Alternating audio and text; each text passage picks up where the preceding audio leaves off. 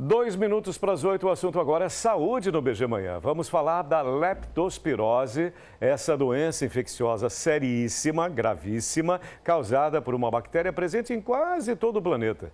O rato de esgoto, ele é conhecido assim popularmente, é o principal responsável pela infecção humana. Sobre esse assunto agora, vamos conversar com o especialista, o infectologista, meu prezado doutor Marco Aurélio. Seja bem-vindo, doutor. Como é que vai? Tudo tranquilo, doutor? Tudo bem, Sérgio. Tudo certo? Bom dia. Vamos definir leptospirose? O que é leptospirose, doutor? Então, Sérgio, leptospirose é uma doença que a gente diz que é sistêmica, quer dizer, ela não afeta um único órgão. Né? Ela é uma doença que dá sintomas gerais. Né? O paciente geralmente vai ter febre muito alta, dor no corpo, né? Até aí um pouco parecido até com dengue, dor de cabeça, dor atrás dos olhos quando a pessoa se movimenta e dor na panturrilha. A evolução dela é que a pessoa começa a apresentar icterícia, que é ficar com a pele amarelada, alaranjada, né? E a partir daí diminuir a urina, né? A diurese, e aí pode evoluir para uma insuficiência renal e, se não for tratado adequadamente, evoluir até o óbito. Para a gente entender, essa doença ela é mais comum em países como o nosso, em desenvolvimento, ou isso não significa nada? Pode acontecer em qualquer tipo de país, em qualquer canto do planeta? Então, a leptospirose, tirando os países nórdicos, onde não sobrevive muito o agente, a leptospira, ela está presente em todo o ambiente. Né? O que é que países como o nosso, ou países em desenvolvimento, há um aumento de casos? Porque tem condições que facilitam esse contato entre o homem e essa bactéria. Digamos sujeira também, doutor? Então, é o que? Essa proximidade do lixo, proximidade dos roedores. Quanto mais lixo, mais roedor? Se eu tenho muito lixo perto de minha casa, isso agrega roedores, né? Resto de comida, tudo isso favorece o roedor. Se o roedor está perto, ele urina perto de mim e qualquer contato que eu vá ter, ou lavando um quintal, ou uma enchente, uma enxurrada, vai trazer essa água contaminada com a urina para perto de mim. Então, países em desenvolvimento têm um risco bem maior, estados em desenvolvimento têm um risco maior, né? Áreas que têm esse problema de saneamento, de sujeira, de lixo, de esgoto muito perto, ou sistema de esgotamento não bem distribuído na cidade, tudo isso favorece, sim, você ter mais infecção e ter mais casos.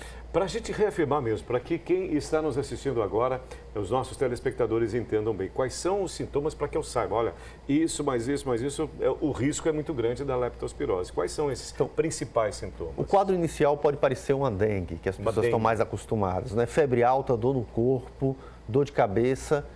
Uma particularidade é a dor na panturrilha, né? Que é um dos locais, né? Na batata das pernas, essa mialgia, ela faz lembrar mais ainda a leptospirose. Além disso, a pessoa evolui, né, durante essa evolução dessa semana, com a icterícia, que é a pele fica amarelada e a urina diminui. Então, esses sintomas é que fazem você precisar procurar o serviço de saúde. Mas é fundamental a história.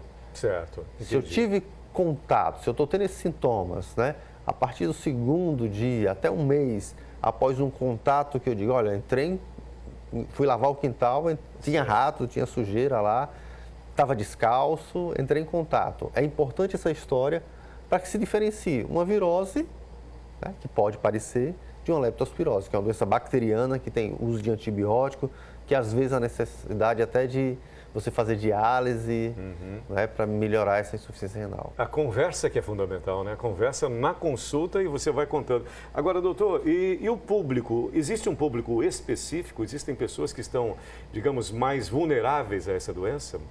Sim, pessoas que moram em condições, em locais com uma quantidade, uma população de ratos grande, acaba sendo populações mais expostas. Mas a gente também tem, classicamente, a leptospira, ela já foi considerada uma doença profissional. Então, os profissionais que trabalham na limpeza têm maior risco. O que é que se faz para evitar que ela seja uma doença profissional? O uso de equipamentos de proteção individual. Então, pessoas que trabalham com a limpeza têm que usar botas, luvas, botas. Não ter o contato direto com o material contaminado. Infelizmente, isso não acontece com tanta frequência quanto seria necessária, né, doutor? Sim, então essa é uma cobrança que se tem que ter mesmo, para que ela não seja mais essa doença ocupacional que ela foi no passado, quando não se tinha esse conhecimento, que que o EPI protege de infecção. Eu estou pensando em te perguntar a respeito de se combater o rato, né? Como é que a gente combate exatamente esse agente? E aí eu imagino que seja exatamente com limpeza, com higiene. É isso? A gente fala muito do rato porque o rato, assim, ele é abundante, está em todo local. Resistente pra caramba. Não vamos eliminar toda a população de rato, que ele tem o seu papel no ecossistema. Na cadeia alimentar também. Na cadeia alimentar ele tem, mas a superpopulação é que deve ser combatida. A superpopulação de qualquer fauna vai se dar a partir de muita alimentação. Se você tem muito alimento fácil para eles e próximo da sua casa, isso facilita a multiplicação deles e quanto mais tiver, maior o risco, maior a possibilidade dessa urina contaminada também estar perto da gente. Certo. Principalmente para as mães que nos assistem agora, tem muita gente, mãe que está nos assistindo, a garotada, por exemplo, digamos, está ali no campinho de futebol, está jogando e tal, de repente tem uma poça d'água, uma pocinha d'água, de repente, no meio da chuva, vai lá, quer fingir que está nadando, acaba se divertindo da maneira inadequada, doutor? Sim, esse é um outro tipo de transmissão que a gente tem, um outro grupo, que é essa transmissão recreativa. Né? Então, na chuva, campos de futebol, que geralmente não são campos de futebol, né? São terrenos baldios que as pessoas vão brincar. Então, isso é um local, né? Esse local é um local de risco, é um local que traz, sim, a gente está falando da leptospirose, mas traz outras infecções também. A gente sabe que é uma água contaminada com coliformes fecais e que pode trazer sérias consequências para a saúde, além da leptospirose. Existe transmissão indireta? Então, a transmissão, ela se dá mais por esse contato, né, da água que tem a leptospira entrando pela nossa pele. Ela também pode ocorrer, né, isso é um pouco mais difícil, né, mas existe mais, na imprensa se fala muito disso, né, você tomar o refrigerante, a pessoa pegou leptospirose tomando refrigerante na garrafa. Isso é um risco? Se o rato passou por ali, urinou ali, ele estava contaminado, é um risco sim, porque a ingesta oral aumenta o risco.